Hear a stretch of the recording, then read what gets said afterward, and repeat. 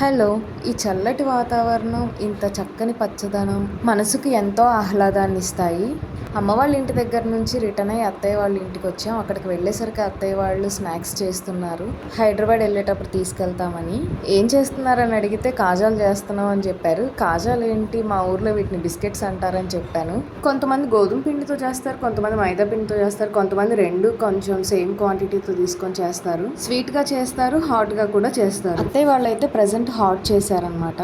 మైదా పిండిలో కొంచెం ఉప్పు, కారం అండ్ అలాగే వాము అండ్ ఆయిల్ కొంచెం యాడ్ చేసుకొని కలుపుకోవాలి. కాసేపు పక్కన పెట్టిన తర్వాత చపాతీలాగా చేసుకొని మనం నైఫ్తో మనకి ఎలా ఇష్టం ఉంటే అలా కట్ చేసుకోవాలి. వాటిని ఆయిల్లో ఫ్రై చేసుకుంటే క్రంచీగా స్నాక్స్ రెడీ అయిపోతాయి. ఇక్కడ మా చిన్నత్తయ్య గారు హాయ్ చెప్తున్నారు మీ అందరికీ. స్నాక్స్ ప్రిపరేషన్ చూసారు కదా, ఇంతకీ మీరేమంటారు? బిస్కెట్స్ అంటారా, కాజా అంటారా? కామెంట్ చేసేయండి. వీడియో నచ్చితే లైక్ అండ్ సబ్స్క్రైబ్.